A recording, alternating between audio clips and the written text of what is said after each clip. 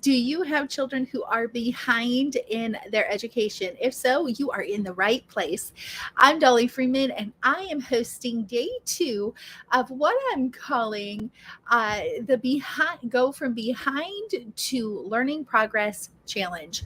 This challenge is designed just to help you as a homeschooling mom understand what this school year must consist of in order for you to show progress by the end of the year and to alleviate all of those concerns about year end testing and if your child is going to show progress on those tests.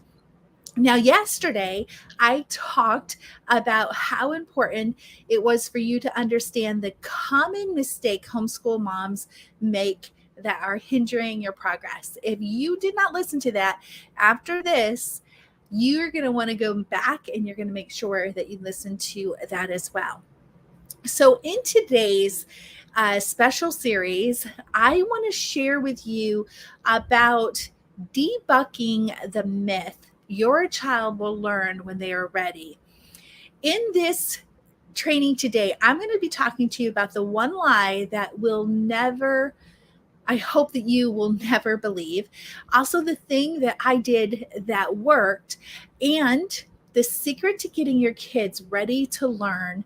And with that, I'd like to share with you a story to get you to understand a little bit about the myth that I actually believed wholeheartedly, went forward with it. I knew the people who shared it with me were well meaning friends who thought this to be truth, and it is an actual myth. But before you can really understand it, I want to be able to give you the story about how I fell prey to the lie in the homeschooling community that your children will learn when they're ready.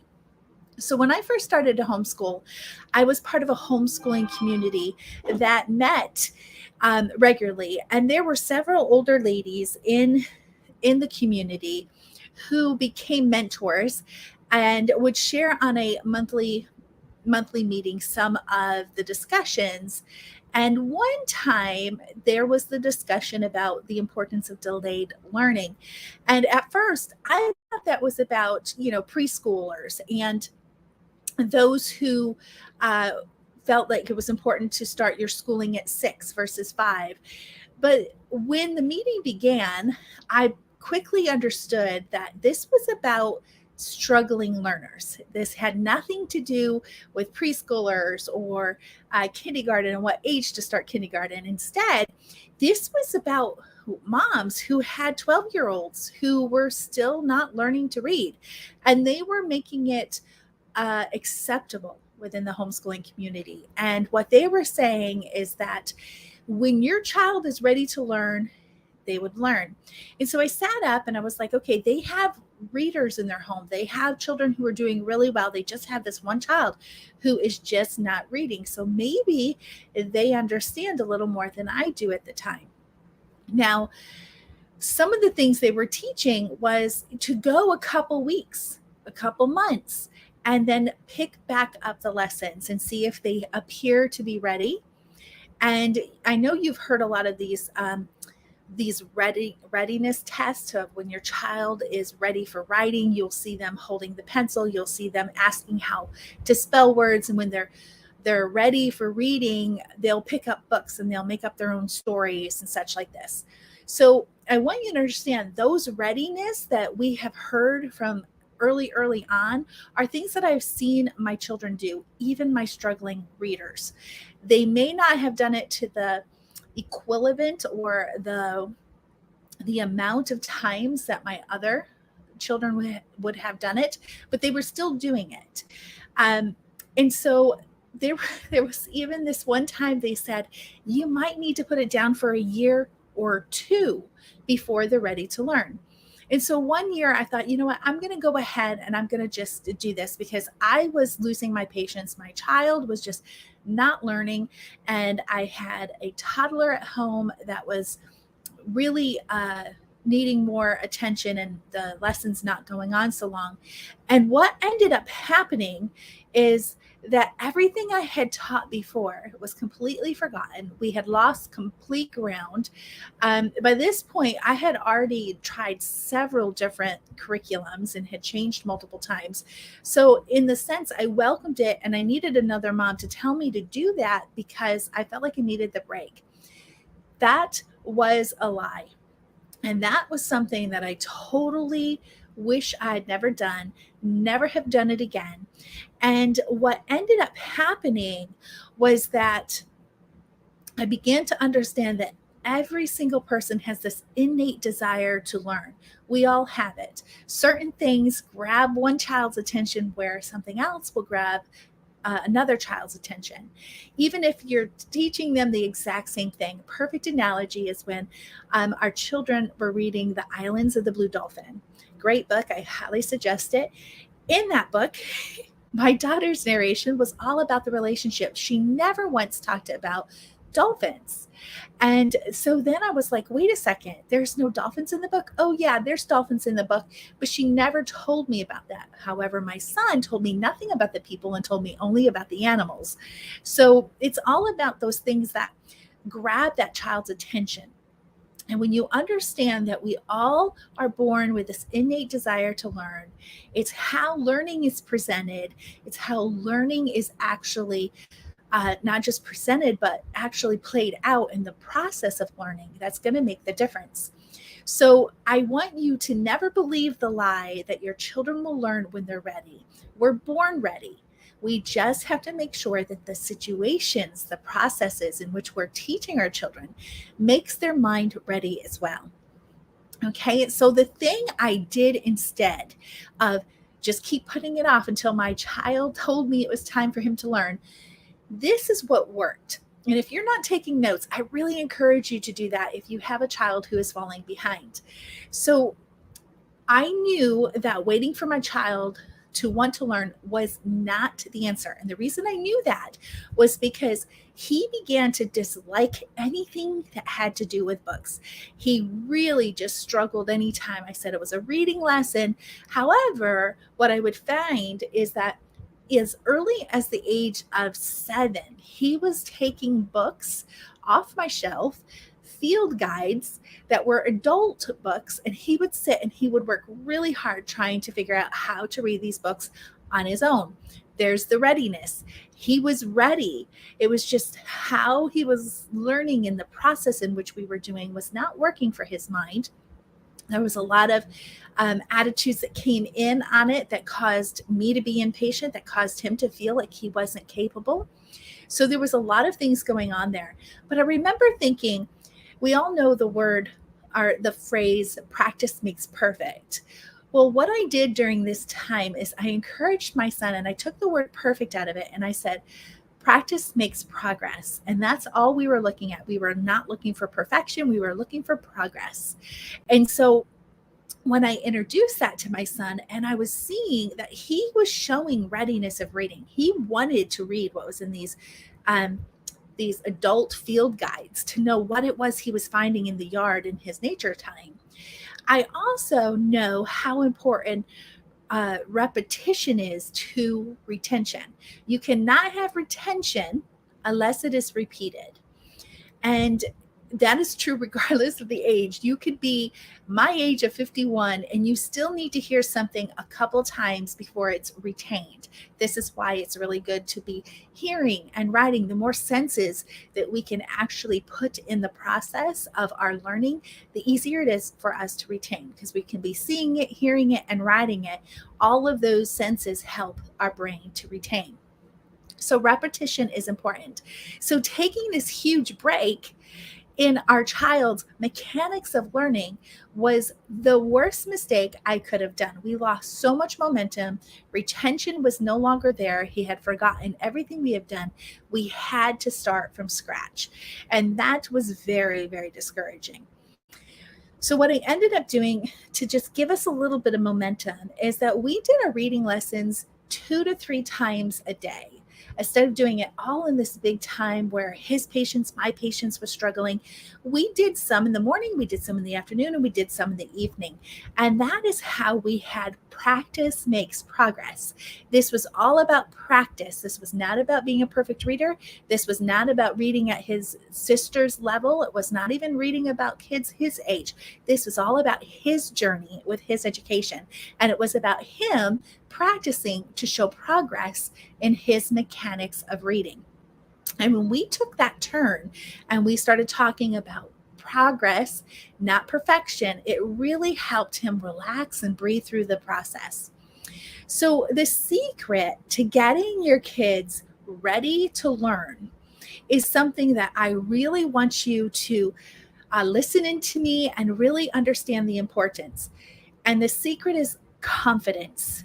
Your children must have confidence, number one, that they're capable of doing something.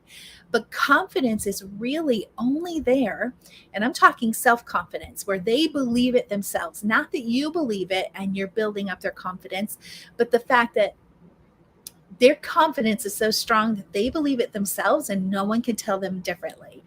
When we get to this point of self confidence where we know we can do something, it's only there because we can do it independently. We understand it, we see it, and we see the next step. And that's what we need to get our children to the point of is we need to help them to build their confidence. And when your child is getting further and further behind in the mechanics of reading, writing, arithmetic, and thinking, what's going to happen is their confidence is going to be chipped away. They're going to see kids their own age. They're going to start feeling embarrassed, like my son did. You're going to start feeling like, as a mom, please don't let my child have to read that birthday card at his birthday party. That's embarrassing to him, and he's going to feel inadequate.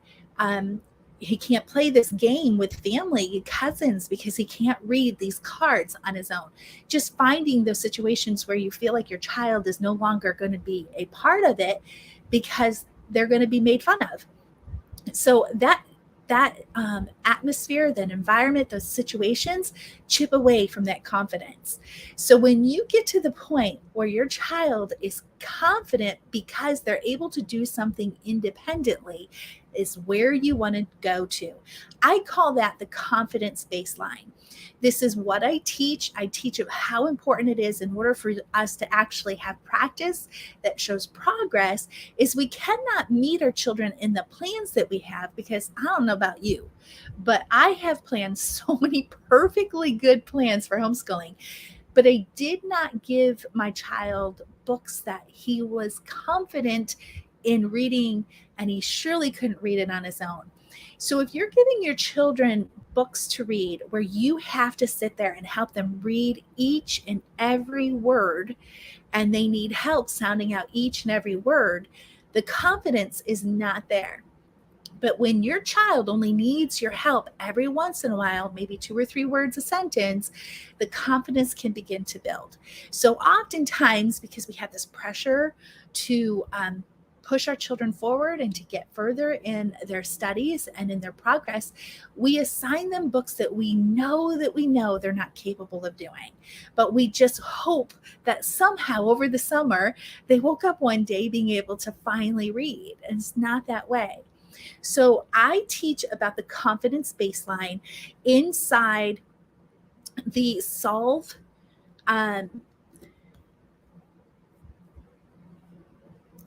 Let me get this for you.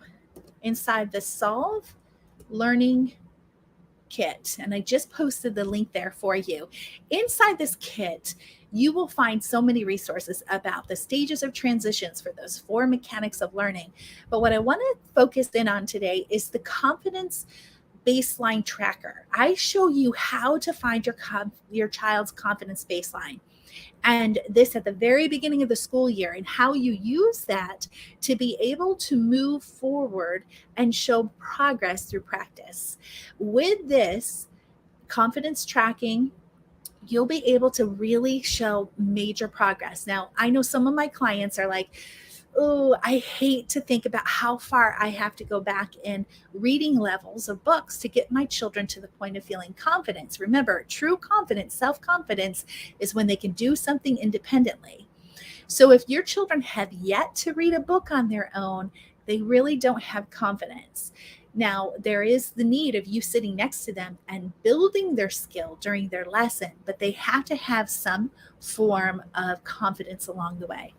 And I walk you through how to do that. So, in this lesson, I want you guys to really be thinking very much about not falling prey to the myth of your children will learn when they're ready. No, they're born ready. They're just needing that atmosphere that is encouraging learning. And they're going to need to know that their confidence level is there and respected. And when you meet them at their confidence baseline, I'm telling you what, with practice, you're going to be able to see progress really quickly, because all of a sudden, the confidence is what's fueling the motivation in a child. When you have confidence fueling a child, progress is going to happen because they desire it, not mom. And until that desire is met with actual show of progress, it's not going to be able to be done otherwise. Now, this is a challenge this week. So, what I want you to be working on today with the training for today is I want you to determine your child's confidence baseline and set a timer for reading lessons 2 to 3 times a day. When you do 2 or 3 lessons that are short, okay, because you don't want to push. When you and me are learning something new, we don't want to do it very long. What we want to do is make sure the child has some way of getting excited. Now, when I say 2 to 3 lessons a day, don't think you have to keep moving forward in your lessons. You can be repeating the same lesson 2 or 3 times a day. And that repetition, remember what I shared earlier, those repetition is how retention is happening. So if your children are reading the exact same words they read earlier in the day, retention is happening because the brain is beginning to now remember, and they're going to have to move through those words faster instead of having to sound them out each and every time. So take the time. And yes, Elizabeth is repeating, practice makes progress. And that's all we want our children to do. Take perfection completely out of the picture. All we're looking for is progress. And when we do that, what's going to happen is it automatically shifts the comparison, where your children are not thinking about other children their age and them being behind. Instead, they're going to be looking inwardly and realizing, wait a second, I'm getting better. I'm improving. I'm making progress. And that is going to build that confidence so fast. All right. So if you can't get started with the kit today, the Solving Learning Challenges kit, that I have you completely covered with all you're going to need to help move your children forward this school year, then I want to invite you to get your free poster set by going to solvelearningchallenges.com. The solvelearningchallenges.com is where you're going to be able to get access to 3 posters that I've created for you. These are for you, and it's going to help you to understand how to influence your kids to love learning. And this is where it's going to walk you through how to structure your lessons. Now, if you are my clients and you don't have this, I don't teach it anywhere else. I put a lot into this for you guys because I want you to just be able to look at these posters and move forward. So know that the secret to identifying gaps in your children's education is without having a tutor. So if you can identify those gaps, you're going to be able to fill them, which is so necessary. And I'm giving you those steps to knowing how to do that. And then how to motivate your kids to love learning is a step-by-step, tried and proven path that will motivate your children, even if they're really behind in their education right now. So you can go get the free posters at solvelearningchallenges.com, or you can go and get the kit that includes the posters at solvelearningchallenges.kit.com. So you decide where you want to start in this journey of taking your kids from behind to learning progress. And I am excited because this is only day 2 of 5. So over today is Wednesday, Thursday, Friday, and Saturday, I'm showing up at the same time, 2 o'clock. And with it, I'm going to be teaching you something each and every day. Tomorrow, I'm going to be talking about the number one reason your child isn't motivated to learn. So, remember how I debunked that thought today is your child will be ready to learn or will learn when they're ready. Well, I'm going to show you how to motivate them to be ready to learn. And in that, you don't want to miss it because I'm going to give you key things about how I took my child who overcame dyslexia. He's still dyslexic, um, but he is able to read well as our second dyslexic child. So you don't want to miss it because once we can motivate our children and learning, anything becomes possible with them. Okay, so today, remember your assignment for your challenge task is to find out your child's confidence baseline. When you can do that, you'll be able to meet them where they are and build that necessary confidence that will help them to be excited about practice because it's creating progress. Okay, y'all, I'll see you tomorrow, same time, both on Facebook and YouTube at 2 p.m. Eastern Time. And I hope you invite your homeschool friends to join us. Tag them in the comments if you like, but make sure that they see this because this is designed just for you, homeschooling moms. Let's make this year the best progress year you've ever experienced. I'll see you tomorrow.